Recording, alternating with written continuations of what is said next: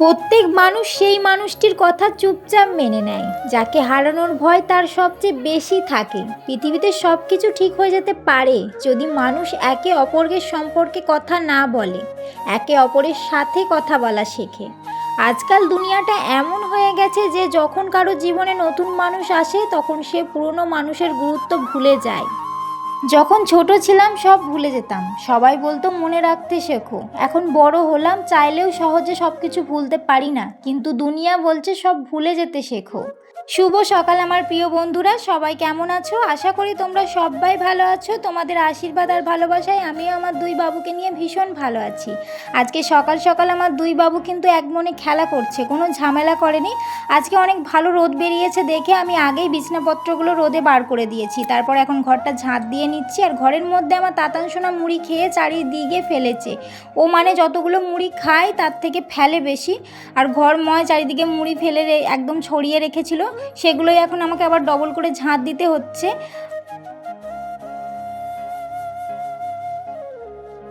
জীবনে চলার পথে একটা ভালো সঙ্গী পাওয়া খুব ভাগ্যের ব্যাপার। সে ভালোবাসার মানুষ হোক বা ভালো বন্ধু। ওপরওয়ালার দোয়ায় পাওয়া প্রত্যেকটা জিনিস নিয়ে সুখে থাকাই ভালো, কারণ ওপরওয়ালা ওটা দেন না যেটা তোমার ভালো লাগে, ওপরওয়ালা ওইটাই দেয় যেটা তোমার ভালো হবে। যাদের কাছে সম্পর্কের কদর আছে তারা একটু মানালেই মেনে যায়, আর যাদের কাছে সম্পর্কের কোনো মূল্য নেই তারা ছোটোখাটো কথায় সম্পর্ক ভেঙে দেয়। দেখতে সুন্দর তো অনেক পাওয়া যায়, কিন্তু যাদের মন সুন্দর তাদের কেবল ভাগ্য করেই পাওয়া যায়। এটা ভেবো না কে কখন কেন কিভাবে বদলে গেল, শুধু ভেবো কি দিয়ে গেল আর কি শিখিয়ে গেল। কেউ আমাকে অবহেলা করলে আমিও তাকে আর বিরক্ত করি না, ওটা আমার অহংকার নয়, আত্মসম্মান। একটা কথা সব সময় মনে রেখো, কাউকে যতই কাছ থেকে চেনো না কেন মন খুলে সব কথা কখনো বলতে যেও না। মনে রেখো এ যুগে বিশ্বাসের মর্যাদা কেউ রাখে না। আমি চেষ্টা করি জীবনের প্রত্যেকটা সময় সবার সাথে ভালো করে কাটাতে, কারণ আমি সারা জীবন বাঁচবো না, কিন্তু আমার স্মৃতিগুলো মানুষের মাঝে সারা জীবন বেঁচে থাকবে। ওপরওয়ালার পরীক্ষা সবার নেয়, কখনো কাউকে কিছু দেয় তো আবার কখনো কারো কাছ থেকে কিছু কেড়ে নেয়। জীবনে বড় হও কিন্তু কাউকে ছোট করে নয়, জীবনে হাসো কিন্তু কাউকে কাঁদিয়ে নয়। আয়নাটা খালি মাঝে মাঝেই ছোপ হয়ে যাচ্ছে, আয়নাতে ভালো করে মুখ দেখা যাচ্ছে না। আর বেসিনটা প্রতিদিন পরিষ্কার করি, কিন্তু আমার বড় বাপি না এত পরিমাণ নোংরা করে, নেল পালিশ পড়েছে সেটাও ওখানে লাগিয়েছে। আজকে একটু ভালো করে রোগড়ে ঘষে দিচ্ছি যাতে ওগুলো উঠে যায়, দেখতে ভালো তো লাগে না। আর বেসিনটা ঘরের মধ্যে হয়েছে বলে আমার বড় বাপি না সব সময় এখান থেকে জল নিয়ে যাবে আর নিচে জল ফেলে ভর্তি করে দেয়। আর এইখানে জামা কাপড়গুলো কদিন ধরে ঝুলানো আছে, দেখতে ভালো লাগছে না। সোয়েটারটা তো মানে গরম পড়ে গেছে, আর দরকার নেই, ভাঁজ করে ভরে দেব। অনেক জামা কাপড় রাখার জায়গা নেই, আলমারিটা আনবো করছি, শুধু আনতেই পারছি না। আলমারিটা নিয়ে আসলে খুব সুবিধা হয়, জামা কাপড়গুলো ভরে রাখতে পারবো। এদিক ওদিক জামা কাপড় ছড়ানো রয়েছে, মানে কি বলবো, জামা কাপড়ের জন্য আলাদা করে মনে হচ্ছে একটা ঘর আমাকে ভাড়া নিতে হবে, তবেই জামা কাপড় রাখতে পারবো। আমার দুই বাবুরই যে জামা, এখনও 2 বস্তা মতো ওখানে জামা কাপড় পরে রয়েছে আলমারির ভেতরে। নতুন শাড়িগুলো আমার রয়েছে আলমারির সাথে সাথে, ওগুলো নিয়ে চলে আসবো। আর 2খানা চেয়ার রয়েছে, একটা ভেঙে গেছে সেটাও নিয়ে চলে আসবো। জিনিসপত্র এখন অনেক আনতে হবে, কিন্তু এই একটা ঘরের ভেতর কোথায় রাখবো আমি সেটাই ভেবে পাচ্ছিলাম না। তাই ভাবছিলাম যে নিয়েই আসবো না, ওখানেই থাকুক, কিন্তু ওখানে থাকলেও তো সবাই নষ্ট করে দেবে, আমাকে এখানে নিয়ে আসতেই হবে। একদিন সময় করে যেতে হবে, দিয়ে গাড়ি করে সব নিয়ে চলে আসতে হবে। এখানে এসে একটা সুন্দর পরিবেশ পেয়েছি, গ্রামের ভেতরে আছি। আমি দুটো বাবুকে নিয়ে একাই থাকি, তোমাদের দাদাভাই এখানে থাকে না, বাইরেই থাকে। আবার এলেও চলে যাবে বাইরে, তো আমাকে এখানে একাই থাকতে হবে। সব দিক দিয়ে আমি ভালোই আছি, কিন্তু একটাই অসুবিধা, একটা ঘর পেয়েছি, একটা রান্নাঘর, আর একটা ঘর পেলে বেশ ভালো হতো, মানে বারান্দা পেলে ভালো হতো। একটা ঘর যেহেতু ঠিকই আছে, একটা বারান্দা একটা রান্নাঘর হলে হয়ে যেত, তাহলে আমার জিনিসপত্র রাখার কোনো অসুবিধা হতো না। এই যে আলমারিটা এলে আর ঘরে জায়গা থাকবে না, আলমারিটাতেই ঘরটা অর্ধেকটা জায়গা নিয়ে নেবে, কিন্তু আলমারিটা রাখবো কোথায় সেটাই আবার ভেবে পাচ্ছি না। রান্নার জিনিস আবার বাইরে গ্যাস রাখি, সেটাও মাঝে মাঝে ভয় করে যে কেউ নিয়ে চলে যাবে নাকি, বারান্দাটা ঘেরা নয়।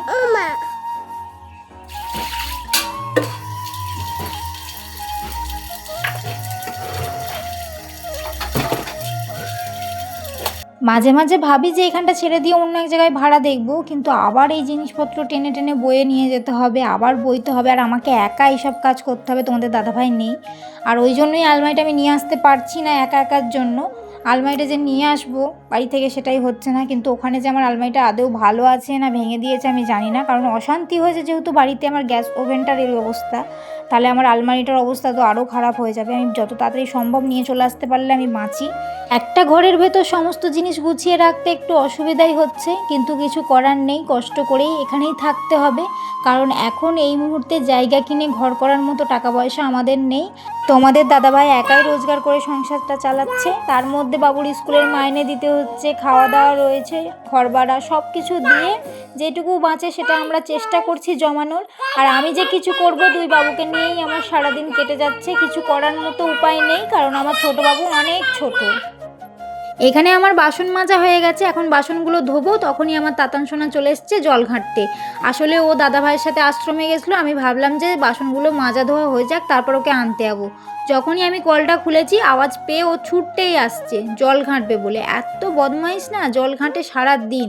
এখন তো গরম পড়ে গেছে তাই সারা দিন চান করছে, আর শীতকালের সময় চান করানোই যেত না, কি যে চেঁচাতো, একদম চুপই করতো না জল দেখলে। আর এখন 10 বার চান করছে। কি বাবা সিঁদুর খাচ্ছে মা? দেখেছি এখানে সব ফেলেছে তো, সব আলমারিতে ফেলেছে। সকালের সমস্ত কাজ গুছিয়ে ভাতটা বসিয়ে দিয়েছি, এখন চালটা ধুয়ে হাঁড়িতে দিচ্ছি।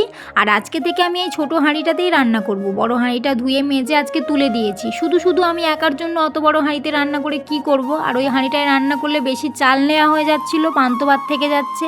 সেই প্রতিদিন সকালবেলায় আমার বড় বাপি চেঁচাচ্ছে যে তুমি পান্তা ভাত খাচ্ছ। আর এমনিতে গরম পড়ে গেছে, পান্তা ভাত খেতে ভালোই লাগে। আমার তাতানবাবু কি করেছে, আলতা ফেলে নিজে মেখেছে, মুখ বয় গোটা ঘর করেছে, কি বলবো, ওকে নিয়ে আমি আর পারছি না। আর আমি এদিকে রান্না করছি, ওদিকে ও বদমাইশি করছে। আর দাদা তো এমনই গাধা, ভাইকে দেখতে পারে না। একার জন্য অল্প কটা রান্না, দেখতে দেখতে ভাত হয়ে গেছে। ফ্যানটা ঝাড়তে দিয়ে এদিকে তরকারিও বসিয়ে দিয়েছি। আর আজকে আমি একটু ডিম দিয়ে আলু দিয়ে ঝোল করছি। এখন তরকারিটা কষিয়ে নিয়ে তারপর জল ঢেলে দিলাম।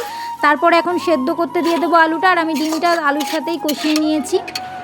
এত রোদ দিয়েছে, বালাপোষগুলো সব রোদের গরম হয়ে গেছে, ভাজা ভাজা হয়ে যাচ্ছে দেখে ভাবলাম যে আগে না এগুলো সব পেতে দিই বিছানায়, তারপর স্নান করব। কারণ খাওয়া দাওয়ার পর আর ভালো লাগে না কিছু করতে, মনে হয় যেন একটু শুয়ে পড়ি তারপর সমস্ত কাজ করি। তাই বিছানাটা আগে পরিষ্কার করে নিই, তারপর বাকি যা কাজ হবে। তারপর আমি স্নান টান করবো, তাতানকে স্নান করাবো। বালাপোষগুলোর ওয়ার বানাতে হবে, কারণ শুধু শুধু পেতে আমার তাতানবাবু এটা ওটা ঢেলে নষ্ট করে দিচ্ছে। আর এমনিতেই এই বালাপোষটা অনেকদিন পুরনো তো, ছিঁড়ে যাচ্ছে, নতুন করে এটাকে বানাতে হবে তুলোটা দিয়ে। আর এই গোলাপি কালারের বালাপোষটা কিছুদিন আগে বানিয়েছিলাম, কিন্তু এটা ছোট বানিয়েছিল বলে আমার তাতান আর বড় বাপি দুজনে শীতকালে চাপা নেয়, আমরা ওই কম্বলটা নিই। বালাপোষটা দেখো ভেতরটা ভিজে ছিল বলে আমি আবার রোদে দিয়ে এলাম, বালিশগুলো নিয়ে চলে এসেছি। বিছানার ওপরে বিছানার চাদর না হলে বিছানাটাও দেখতে ভালো লাগে না, আর ঘরের শৌখিনটাও নষ্ট হয়ে যায়। কদিন থেকেই ভাবছি খালি বিছানার চাদর নেব, কিন্তু এবারে বরমশাইয়ের মাইনে হলে আমি ফার্স্টে গিয়ে একটা চাদর কিনবো, তাতে বর যদি বকে বকবে।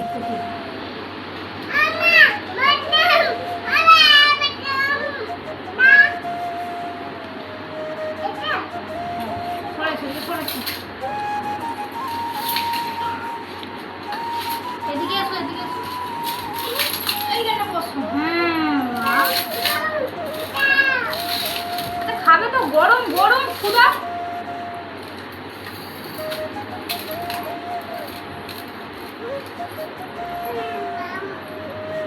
গরম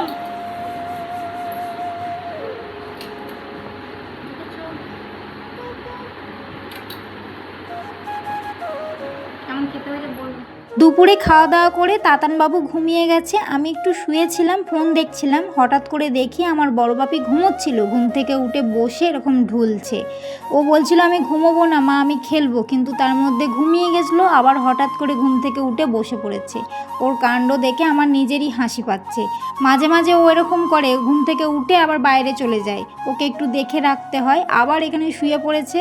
আর আমার তাতানবাবু বিন্দাস ঘুম দিচ্ছে। দুপুরবেলায় ঘুমোলে রাত্রিবেলায় আবার জ্বালাবে, ওর আবার একটা মানে রাত্রির এখন 10টা 11টা 12টা পর্যন্ত জেগে থাকবে, বসে থাকবে আর জ্বালাবে। এখন আমার তাতানবাবু খেতে বসেছে। কি খাচ্ছে তাতান? মুড়ি খাচ্ছে আর চানাচুর। বাটিতে চানাচুর আর মুড়ি কতগুলো আছে দেখতে পেয়েছো? তাহলে মানুষটার কতখানি খিদে, এই কটা মুড়ি আর এই কটা চানাচুর নিয়ে বসেছে। আর কি সুন্দর একটা নতুন জামা পরেছে, ওটা দিদিভাই দিয়েছে, তাই তো তাতান? বাবা জামাতে আবার গাড়ি আছে গো, আবারও এখানেও দুটো দিয়েছে রয়েছে। দেখি জামাগুলো তোমাদেরকে দেখাই খুলে খুলে। নতুন জামা, আমার তাতানের জামা। এখানে একটা গেঞ্জি রয়েছে, আর একটা প্যান্ট, আর একটা গেঞ্জি, আর এইটা একটা আছে, খুব সুন্দর। এই যে খুব সুন্দর লাগছে জামাটা। আমার হাত দিও না, নতুন জামা নষ্ট হয়ে যাবে বাবা। আর তুমি তো পরবে, তুমি পরবে তো। এই যে প্যান্টটা আছে, তুমি পরবে তো, রেখে দাও নতুন। হ্যাঁ হ্যাঁ, আমি গুছিয়ে দেবো। দা উফ, এগুলো সব ওকে দিয়েছে। এখনো বিছানাটা গোছানো হয়নি, সব রোদে দিয়েছিলাম, গুছাবো বলে ভাবলাম, আবার এখানে টয়লেট করেছে। এত বাজে ছেলে। কে করেছে? কে করেছে বলো? ওঠো না, কে করেছে টয়লেট? কে করেছে?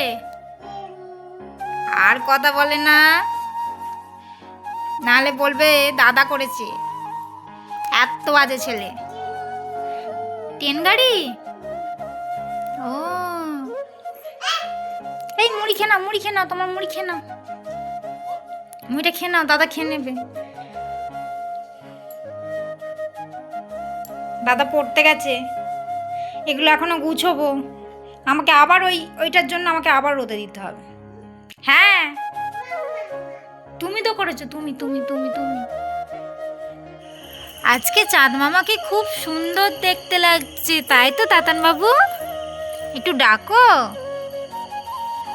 তাতান এতক্ষণ ধরে চাঁদটাকে ডাকছে, আয় আয় টুক দিয়ে যা। আজকে গোল হয়ে উঠেছে, আজকে আসলে পূর্ণিমা তো, তার জন্য।